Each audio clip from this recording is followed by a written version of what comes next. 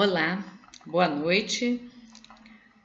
Nós não nos conhecemos pessoalmente, mas é com muita gratidão e alegria que venho esta noite participar do estudo do Centro Espírita Cristão Bezerra de Menezes, trazendo um tema relevante para os dias atuais, quando vivemos uma pandemia que já virou panicodemia em virtude das abordagens da mídia internacional, acompanhada pela mídia nacional, que criou uma enorme crise na saúde mental.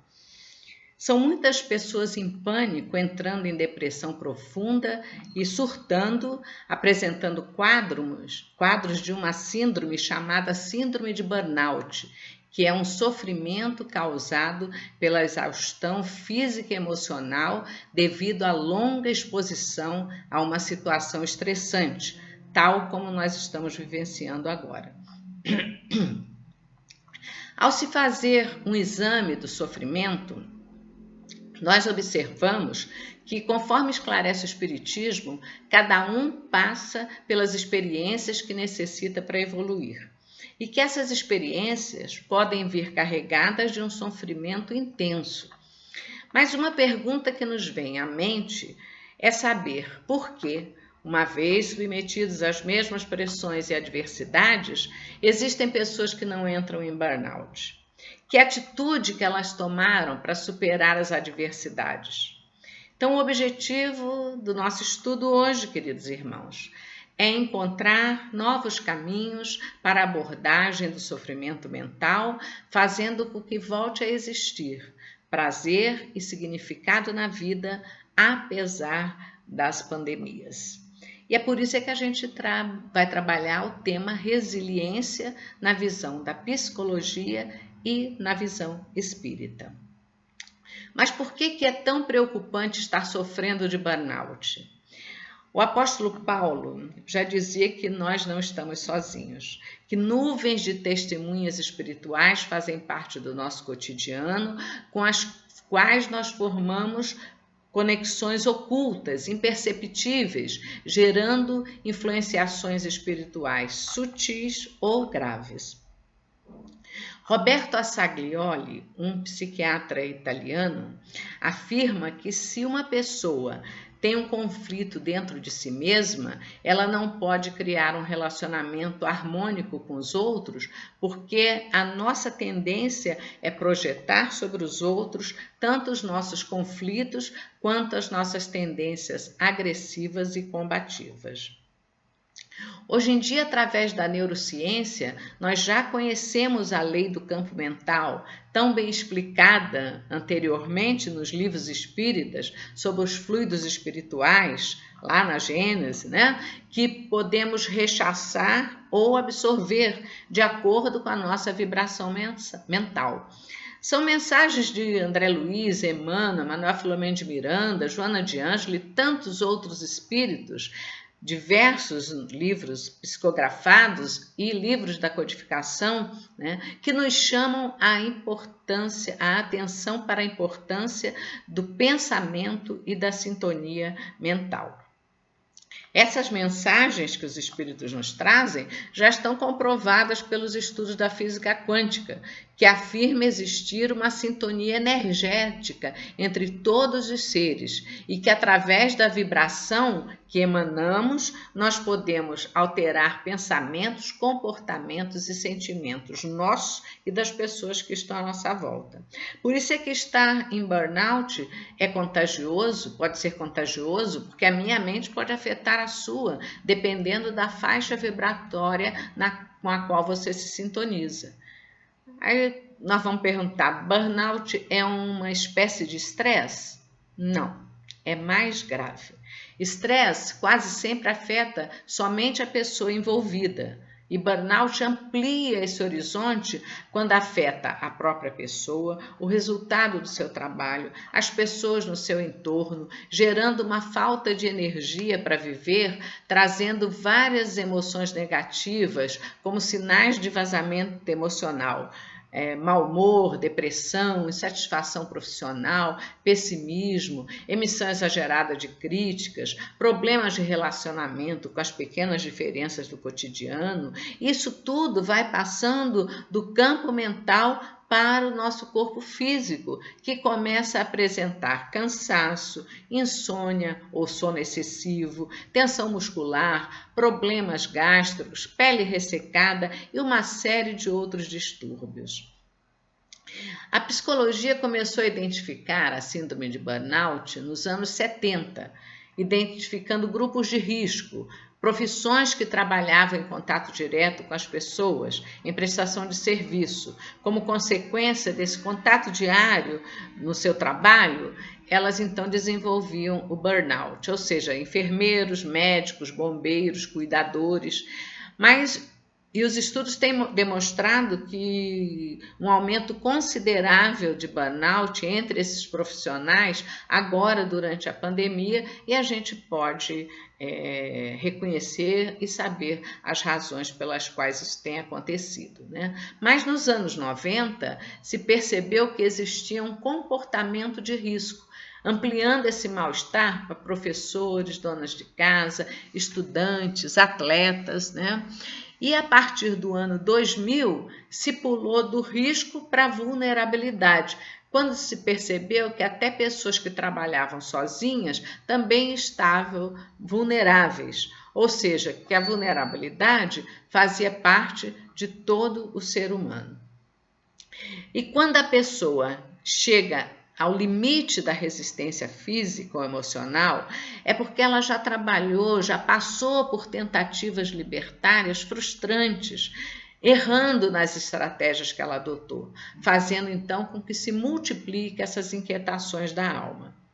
Analisando o comportamento dessas pessoas, a psicologia percebeu que há personalidades mais sensíveis a esse sofrimento, que se deixam abater pelas ações dos outros, são personalidades tipo A, que eles classificaram, né? Resistentes, turronas, com instintos agressivos e que se sentem abandonadas em seus problemas, acreditando serem as únicas a passar por isso.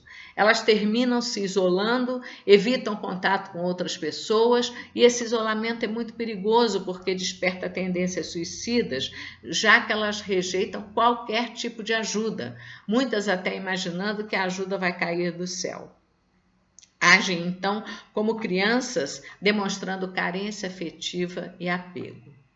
Então, a gente pergunta: como é que eu posso prevenir, lidar, superar fatores que desencadeiam a síndrome de burnout?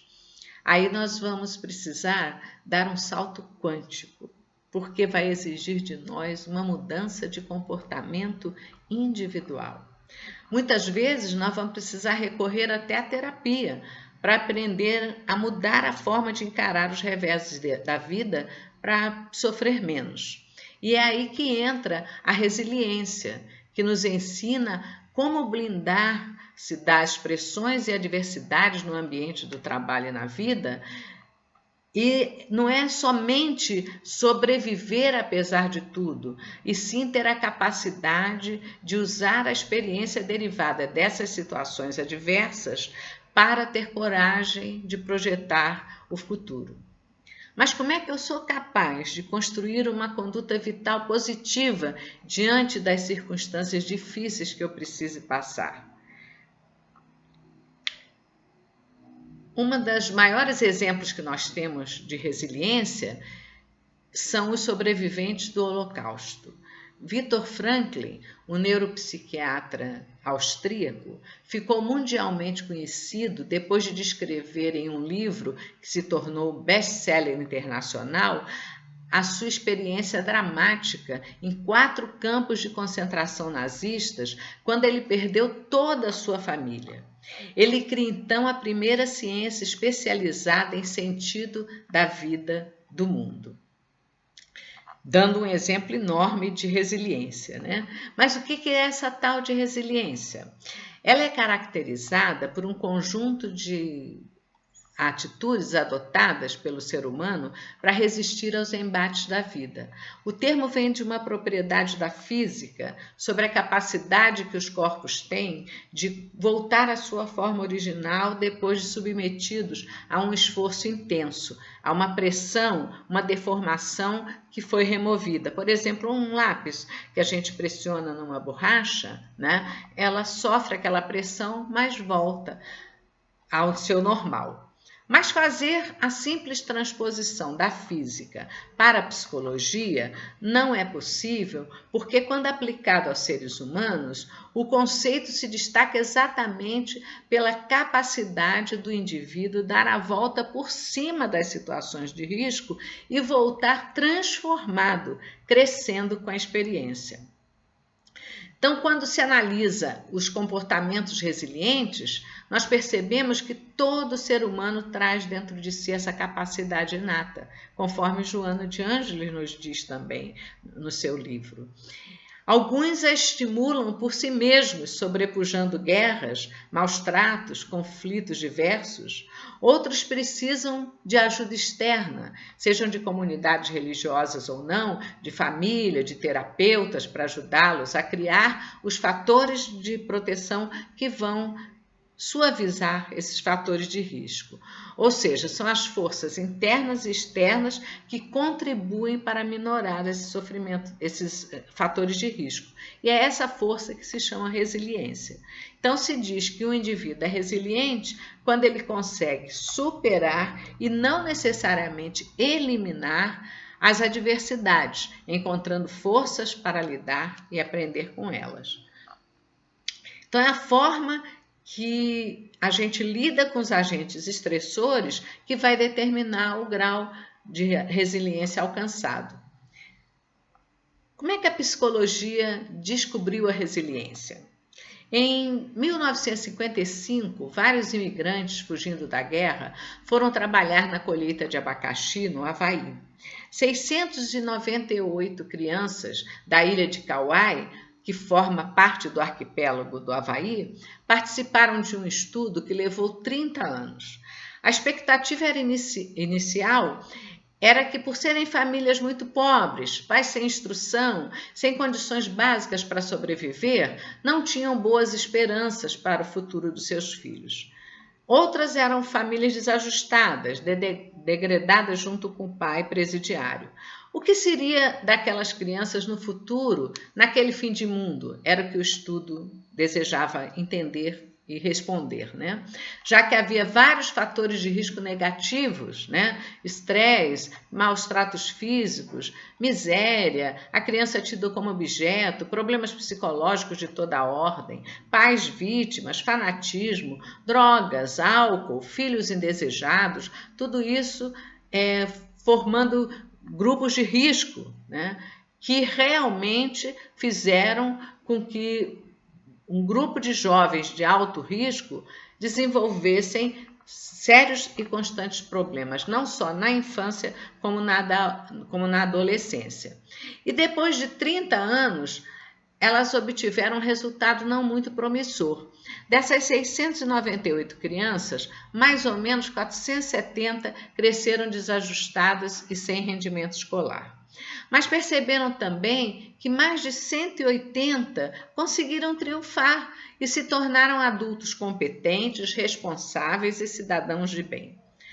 Por que e como essas crianças conseguiram triunfar sobre as desvantagens físicas e uma infância carente? Elas então passaram a comparar características de conduta das crianças ao longo desses 30 anos e as condições do ambiente em que elas se encontravam.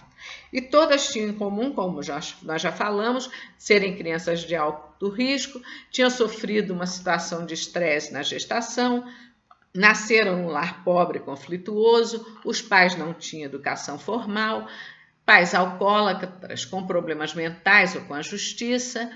Elas então descobriram que certos fatores por trás da vida dessas crianças ajudaram-nas a superar as circunstâncias adversas. Identificaram então uma série de fatores de proteção que suavizaram esses fatores de risco, com a adoção de posturas resilientes por essas crianças.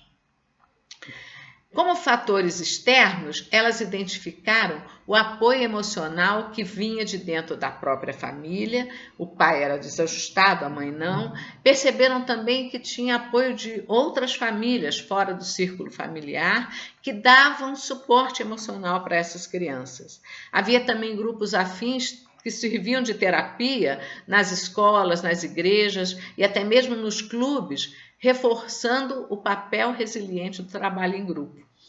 Elas perceberam também que essas crianças e depois jovens adultos tinham por hábito rezar, meditar, sublimar através do humor, confirmando o ditado que rir é o melhor remédio, né? Porque acorda a nossa adrenalina, nossa ocitocina, nossa serotonina, nos transformando em pessoas mais alegres e confiantes.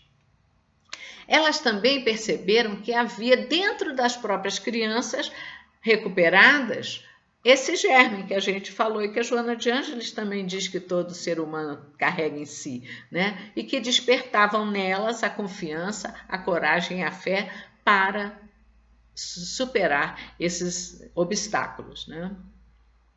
E da posse dessa descoberta, as psicólogas então passaram a adotar a resiliência como remédio, como estratégia de enfrentamento dos problemas da vida.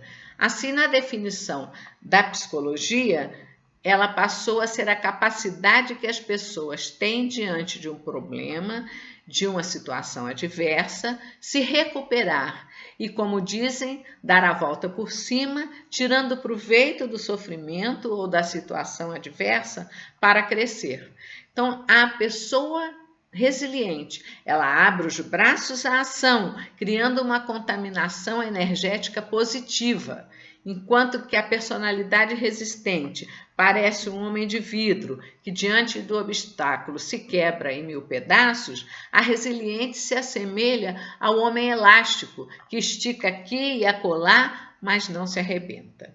Porque ela troca as estratégias de ruminação pelas estratégias de reequilíbrio, de enfrentamento dos problemas. E o que são as estratégias de ruminação?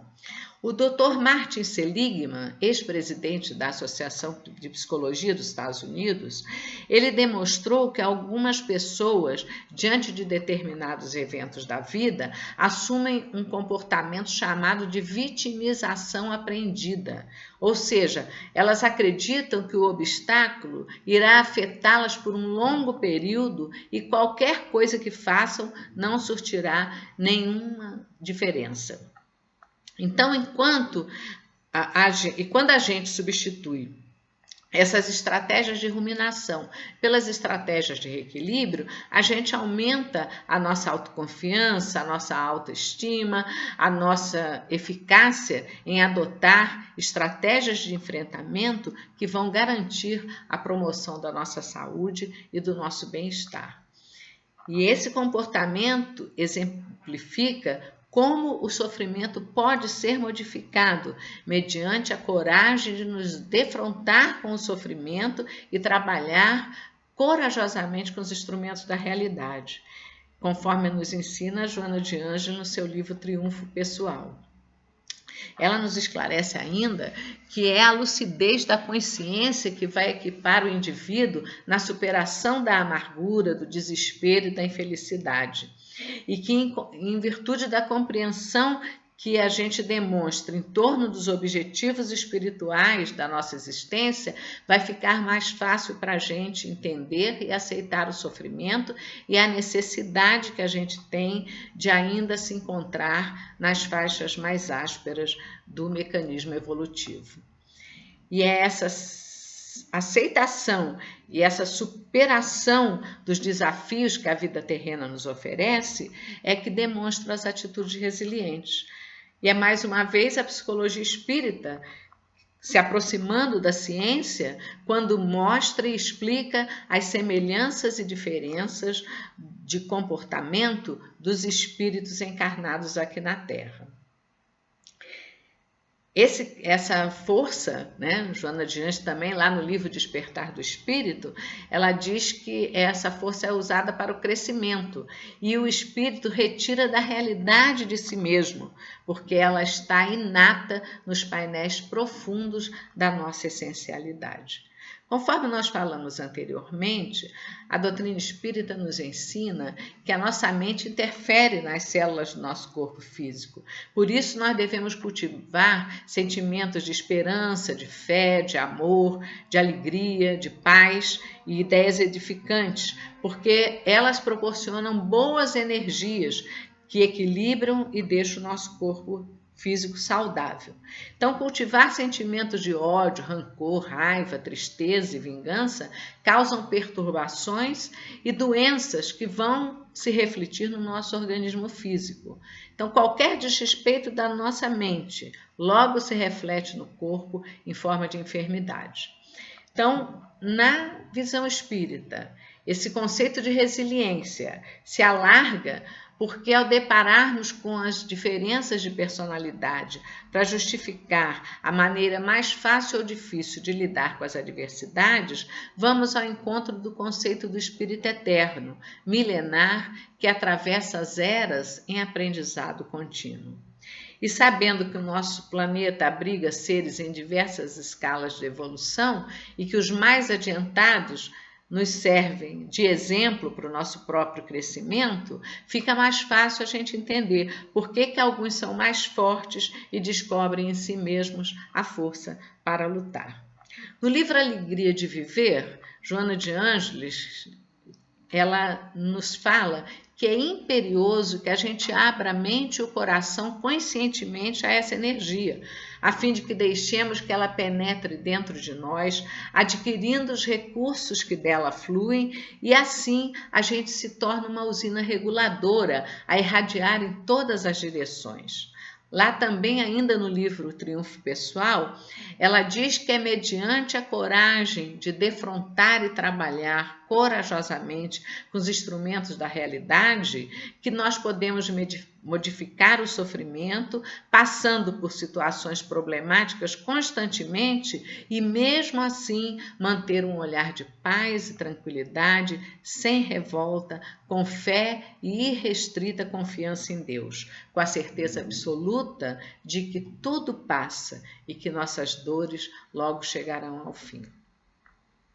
As pessoas resilientes, elas também mostram desenvolver certas habilidades que nós podemos usar como exemplo, aprender com elas. É a tolerância à frustração, a capacidade de começar do zero, de se reinventar, de fazer coisa melhor para ajudar na transformação da sociedade, né? Todas as pessoas que reconheceram essas atitudes são pessoas mais saudáveis, né? E elas conseguem transformar as situações de frustração e tristeza em arte, lazer, esporte, cultura, de maneira a reforçar a sua autoestima, afastando a revolta, a autocompaixão, né? Esse vitimismo que o Dr. Seligman falou, a superação dos mecanismos que funcionam como autênticos atoleiros que fazem com que a gente não cresça,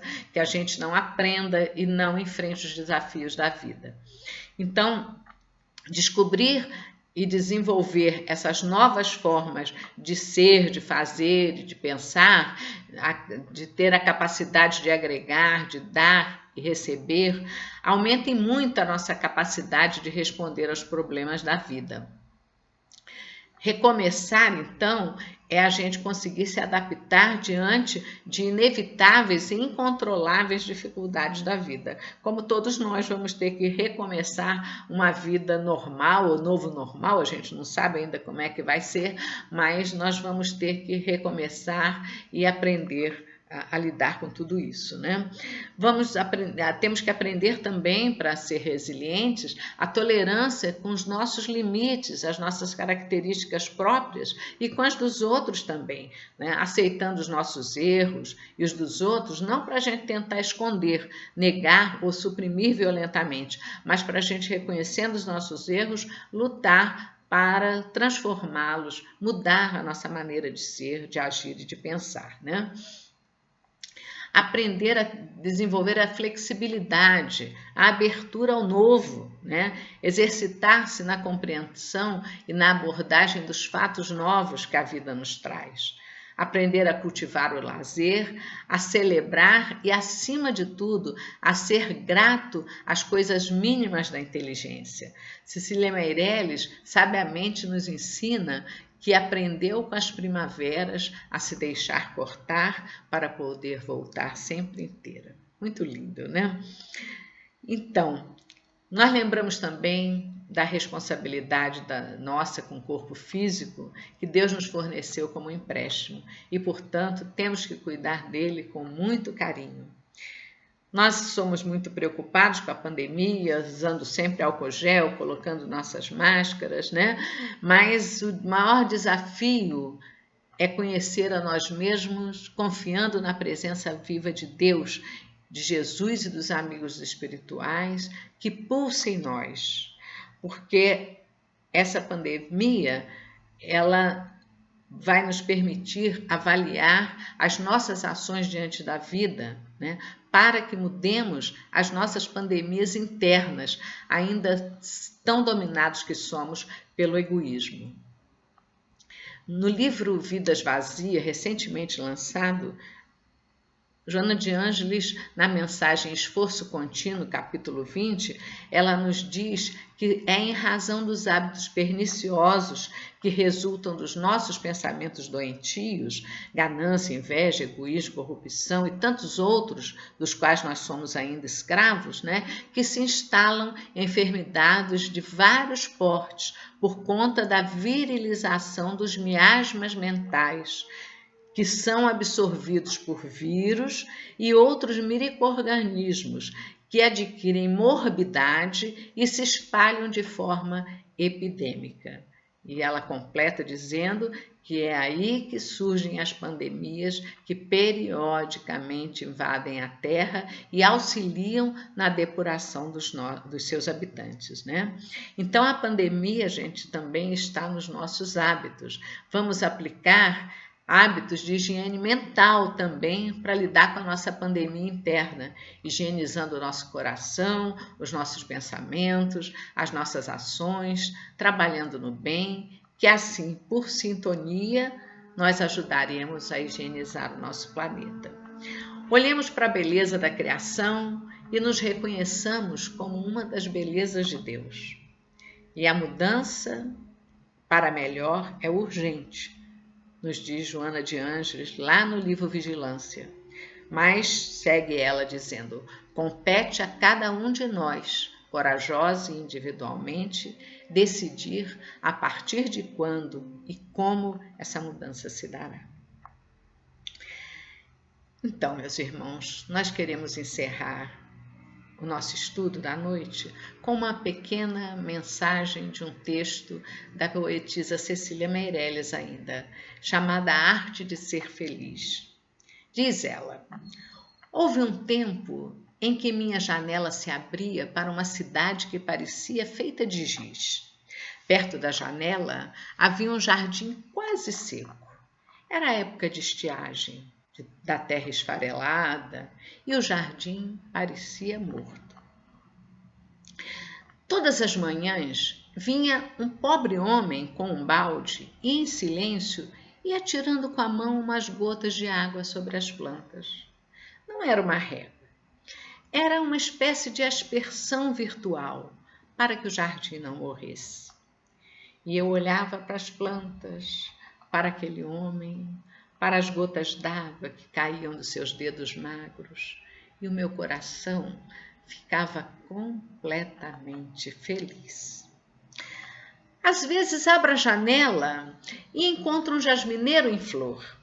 Outras vezes encontro nuvens espessas. Avisto crianças que vão para a escola, pardais que pulam pelo muro, gatos que abrem e fecham os olhos sonhando com pardais. Borboletas brancas, 2 a 2, como refletidas no espelho do ar. Às vezes um avião passa tudo está certo, no seu lugar, cumprindo o seu destino. E eu me sinto completamente feliz. Mas quando eu falo dessas pequenas felicidades certas que estão diante de cada janela, uns dizem que essas coisas não existem. Outras dizem que essas coisas só existem diante das minhas janelas. E outras, finalmente, que é preciso aprender a olhar para poder vê-las assim. Então, meus queridos irmãos, muito obrigada. Que a paz de Jesus permaneça em nossos corações, em nossos lares, e que a gente possa meditar sobre esses conceitos trazidos na noite de hoje e um feliz olhar novo para todos nós. Obrigada.